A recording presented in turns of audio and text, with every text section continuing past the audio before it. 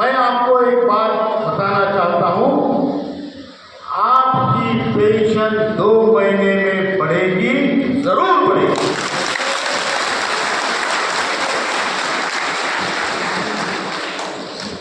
आपकी higher pension भी आपको मिलेगी और जो मिनिमम पेंशन है वो भी आपकी बढ़ेगी, 7,500 और महीना भत्ता आपको मिलेगा। कि पेंशन के बारे में बात करने के लिए हम यहाँ पर बैठे हैं। मैं जानता हूँ आप लोगों ने बहुत जिंदगी भर कष्ट किए हैं, बहुत मेहनत की है, एक एक पैसा जमा करके अपने घर जोड़ा है, कुटुंब जोड़ा है और अपने अपने फैक्ट्रियों में बड़े बड़े काम आप लोगों ने किए। आप लोगों ने हर महीने पेंशन के लिए पैसे भरे।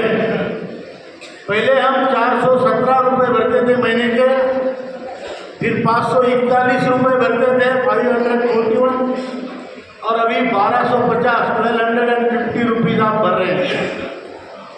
ये पैसा आपने जो जमा किया है उसका अगर आप वैल्यूएशन गवर्नमेंट के पास जमा किए पैसे का वैल्यूएशन अगर आप देखेंगे तो हर एक के गवर्नमेंट के पास तकरीबन 20 लाख रुपया जमा होना चाहिए। कितना? 20 लाख, 20 लाख। और इतना पैसा जमा करने के बाद जो आपको रिटर्न में मिलता है तो जमा किया हुआ पैसा आपको नहीं मिलता।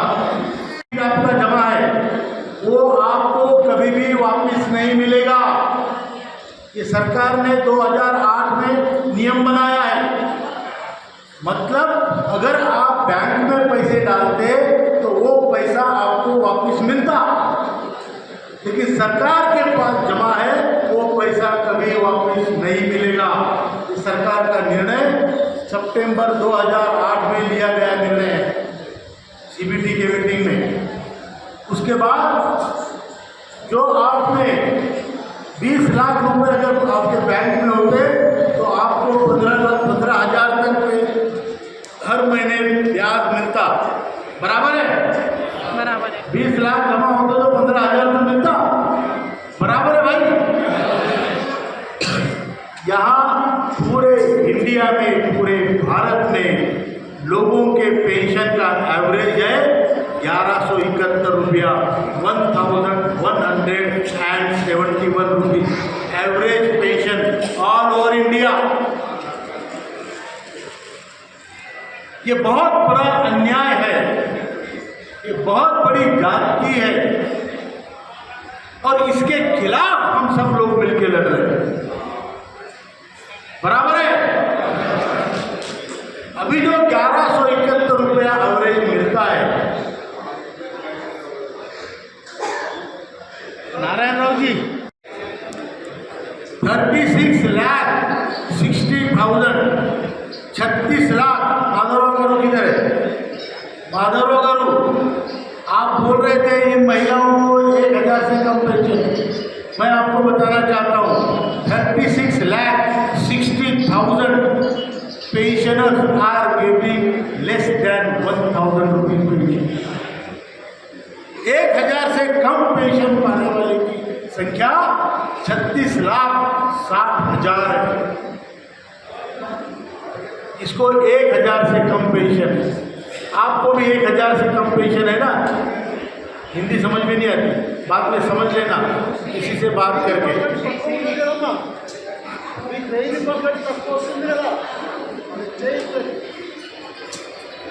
इतनी कम पेंशन है, इसके लिए हमने पूरे भारत में संघर्ष छेड़ा है और इस संघर्ष में मैं अकेला नहीं हूँ, ये सब लोग संघर्ष के साथी हैं, ये सब लोग मिलकर हम लोग लड़ रहे हैं और आप लोगों की भी उसमें साथ है। इसलिए आज इतनी बड़ी संख्या में आज यहाँ पर जमा हुए हैं, क्योंकि आप जानना चाहते हैं मेरे हक का पैसा किधर है।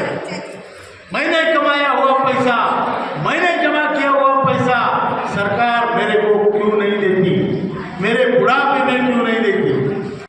मैं आपको आपको एक बात बताना चाहता हूँ, आपकी पेंशन 2 महीने में बढ़ेगी, जरूर बढ़ेगी।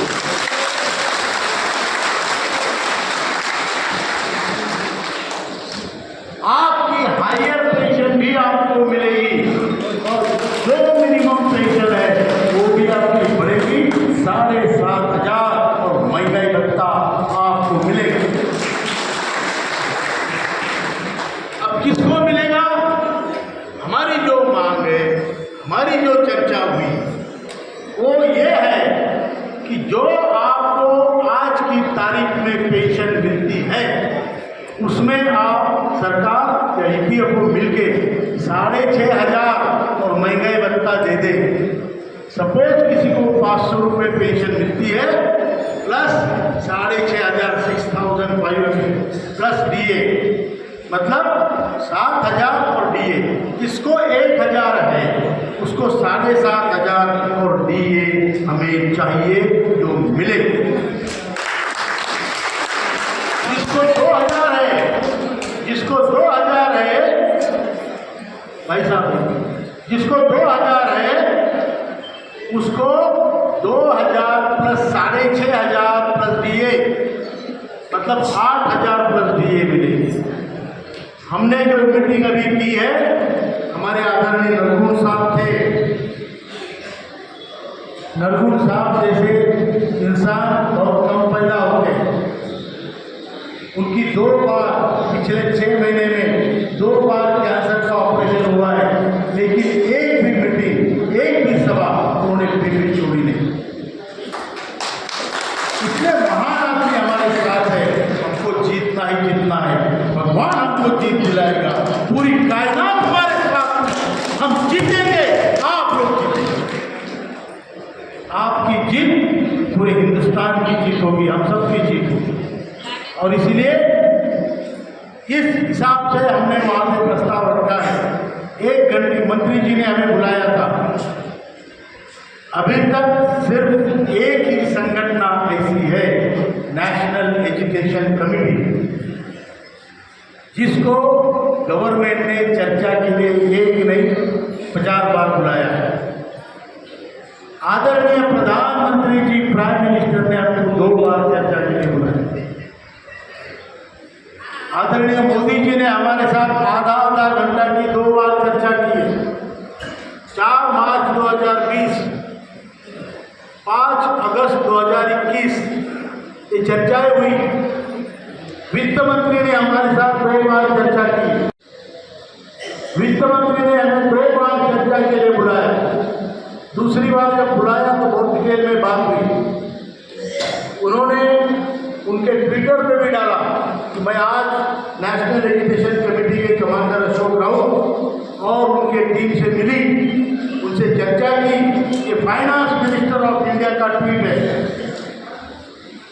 किसी और संगठन ने एक किया नहीं है, उनको बुलाया नहीं है, क्योंकि आप और आपके जो नेतागण है बेदाग है, प्रामाणिक है, ईमानदार है और दिल से काम है। इसका एक फल है। उन्होंने बुला के हमारे साथ चर्चा की। श्रम मंत्री से हमारी कम से कम 20 बैठकें हुई। पहले संतोष कुमार गंगवार जी के साथ 18 बैठकें हुई। भूपेंद्र यादव आए, 6 बैठकें हुई। अब ये जो मनसुख मांडविया जी है उनके साथ तीसरी बैठक हो गई। ब्यूरोक्रेटिक लेवल के सारे top forces, cabinet secretary, expenditure secretary, finance secretary, labour secretary, सबके साथ एनएसी की चर्चा हुई है, जो नोट किया गया है। ईपीएफओ के साथ कई बार चर्चा हुई। और अभी ये जो पिछले शुक्रवार को, आज का मतलब आज 1 हफ्ता भी नहीं हुआ, 20 तारीख को, आज 25 है, 20 तारीख को दिल्ली में मंत्रालय में श्रम शक्ति भवन में हमारी मीटिंग हुई, ऑफिशियल मीटिंग ऑन रिकॉर्ड। उसमें श्रम मंत्री ने मीटिंग को चेयर किया। सीपीएफसी, जो आपके ईपीएफओ के सबसे प्रमुख आईएएस अधिकारी होते हैं, वो लेबर सेक्रेटरी के सभी लोग, सीपीएफसी के ईपीएफओ ऑफिस के सभी बड़े अफसर, ये सब लोग वहाँ पर मीटिंग में थे। हमारे साथ हम 5 लोग थे। मैं था, हमारे जनरल सेक्रेटरी आदरणीय वीरेंद्र सिंह राजावत जी थे, हमारे साथ आदरणीय रमाकांत नरगुन जी जो हमारे चीफ कोऑर्डिनेटर है पूरे इंडिया के, हमारे प्रमुख सलाहकार पी.एन. पाटिल जी थे, डॉक्टर पी.एन. पाटिल, और हमारे राष्ट्रीय सचिव राजीव भटनागर जी थे। हम लोगों ने प्रेजेंटेशन तैयार करके उनको दिखाया, उनको बताया कितने लोगों को हिंदुस्तान में कितनी पेंशन मिलती है, कितने लोगों को 1000 से कम पैसे मिलते हैं, कितने लोगों को 1500 से कम पैसे मिलते हैं। ये सब उनके सामने हमने रखा और हमने उनको ये प्रूव किया कि हमारे जो जमा पूंजी है उस पर जो ब्याज आता है वो आता है तकरीबन 60,000 करोड़ और आप पैसे बांटते हो 15,000 करोड़। हमारे ब्याज का भी 3 गुना आप खा जाते हो। ये उनको हमने बोला कितना है, कितना पैसा आपके पास है और कितना पैसा हर साल आपके पास आता है, कितना उसका ब्याज आता है। एक फिगर हमने उनको बताई जो उन्हीं के रिपोर्ट से, अहवाल से, लोकसभा के रिपोर्ट से वहाँ पे पेश की गई। हमने उनको बताया कि हमें क्या चाहिए। हमें मिनिमम पेंशन 7,500 महंगाई भत्ता चाहिए। उनको हमने ये भी बताया कि अगर वो पैसा देते हैं तो कितना खर्चा आएगा, उतना खर्चा आने के बाद कितना पैसा आप देते हो तो हमें कितना पैसा गवर्नमेंट ऑफ इंडिया को देना है हर महीने, हर साल। तो उसमें ईपीएफओ कितना दे सकता है और फाइनेंस मिनिस्ट्री कितना दे सकती है, तो हम अपनी तरफ से क्या करें।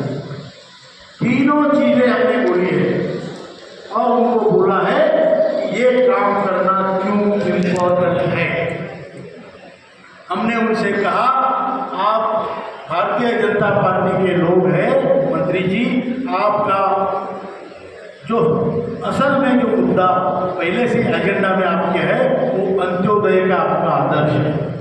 अंत्योदय मतलब लाइन में लगे आखिरी आदमी का उत्थान।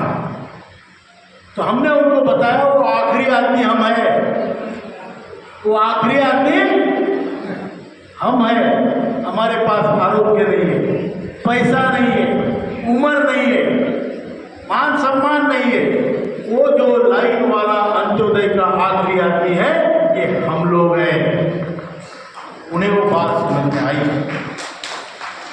उन्होंने बड़ी करुणा से, कंपैशन से ये बात उन्होंने समझी है।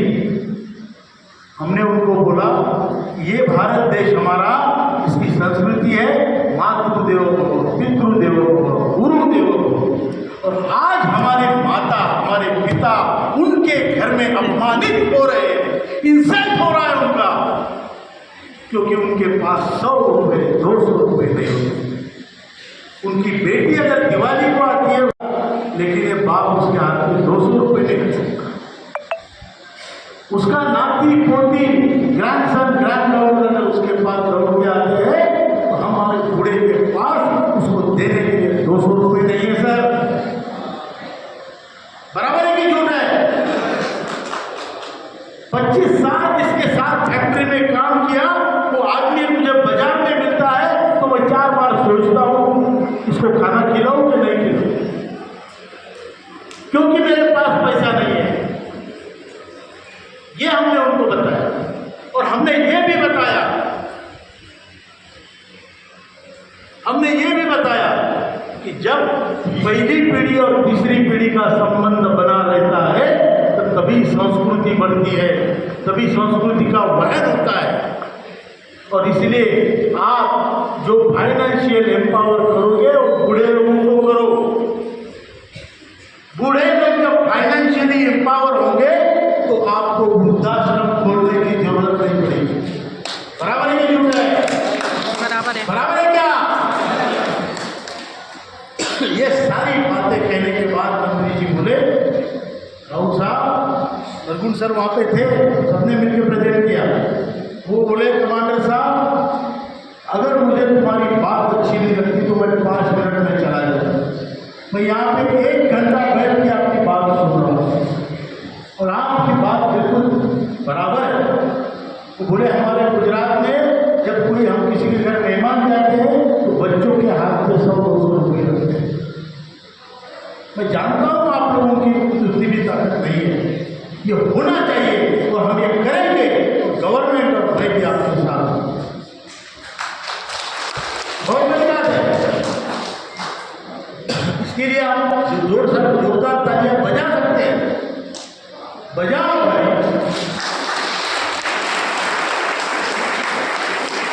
जब मंत्री, मैं बता रहा हूँ आपको, प्राइम मिनिस्टर, फाइनेंस मिनिस्टर और लेबर मिनिस्टर सभी को कन्विंस किया गया है। अभी फाइनेंस मिनिस्टर ने इतना बोला कि अगर मैं अपनी तरफ से दे पाऊँ तो मैं आपको आपकी अपेक्षा पूरा नहीं करता, कुछ दे देता, लेकिन वो अच्छा नहीं होता। इसलिए मैं फाइनेंस मिनिस्ट्री में बात कर रहा हूँ और हम सब लोग मिलकर इसका बजट प्रोविजन करेंगे और आपका काम करेंगे। फिर हमने बोला हायर पेंशन का क्या, तो उन्होंने कहा मार्च तक हायर पेंशन की हर केस हम सेटल करेंगे। मार्च महीने हमने उनको एक सुझाव दिया जो आपके सामने रखना मैं जरूरी समझता हूँ। सुझाव ये था कि आप हायर पेंशन जिसको चाहिए उसको हायर पेंशन और जिसको चाहिए उसको मिनिमम पेंशन, ये दोनों ऑप्शन एक साथ खुले करो। ऑप्शन ये minimum pension, option B higher pension. अब हायर पेंशन में मामला कैसा है मैं बताता हूँ। कई लोग बोलते हैं मुझे हायर पेंशन मिलनी चाहिए, मैं आपको बता दूँ हायर पेंशन में डीए नहीं है। सुप्रीम कोर्ट का ऑर्डर डीए के लिए नहीं है। दूसरी बात, हायर पेंशन में पैसा भरना पड़ता है। आज ही सुबह रायचूर का एक एग्जाम्पल है, सर और मैं साथ में थे, नरगुण सर और मैं, उनका नाम है चोपड़े जी फ्रॉम रायचूर। उन्होंने फोन किया, बोले सर मुझे हायर पेंशन 22,000 बैठ गई। वेरी गुड, कितने भरे आपने पैसे? 12 लाख। मैंने बोला अगर आप थोड़ा वेट कर लेते, मिनिमम पेंशन अगर 10,000 बैठती, 7.5 बनती और आप ये 12 लाख बैंक में डालते तो आपको प्रॉपर्टी बैंक वगैरह को जो सोसाइटी है 12,000 महीने की देती, आपके 22,000 वैसे ही होते और आपके 12 लाख सुरक्षित रहते हो, आप कभी भी निकाल सकते हैं। यहाँ 12 लाख दिए वो गए, वो डूब गए, क्योंकि रिटर्न ऑफ कैपिटल का प्रोविजन है नहीं। तो इसमें अगर खुदा न खास्ता आपने पैसे भरने के बाद आपको ऊपर से कॉल आया तो गए पैसे, बराबर ही नहीं, बराबर है। और फिर बेटे वाली जगह वाला पूछना मरते चुना लगा के गया बोले, बराबर है कि नहीं, बराबर है। तो इसलिए हायर पेंशन के मामले में सोच के काम करना, इंडिविजुअली हर एक अपना डिसीजन ले सकता है, लेकिन मिनिमम पेंशन और हायर पेंशन का ऑप्शन अगर एक साथ देते हैं तो 99% of higher pension cases withdraw हो जाएगी। ये हमारा मानना है।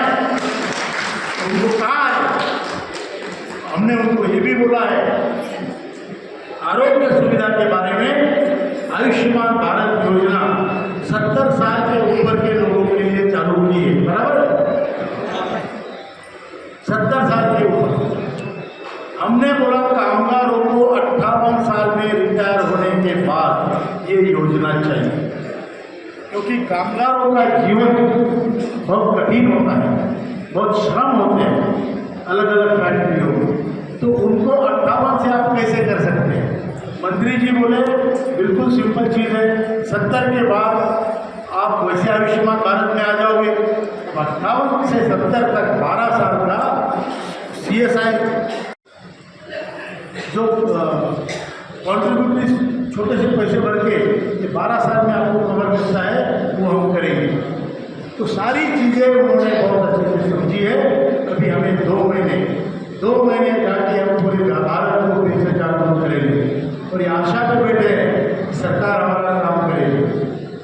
लेकिन याद रखिए, हमने अपनी तलवार म्यान में डाली नहीं है। हमने तलवार म्यान में रखी, लेकिन तलवार की मुठ हमारे हाथ में है। काम हुआ तो पूरी म्यान हो जाएगी, नहीं हुआ तो आपको इस संघर्ष के लिए फिर खड़ा होना पड़ेगा। मंजूर है? मंजूर है? क्योंकि हम ऑफ गार्ड नहीं रहना चाहते, हम अपने सुरक्षा कवच बंद नहीं करना चाहते। हमें हमारे खाते में पैसा चाहिए और आने वाले फरवरी एंड तक चाहिए।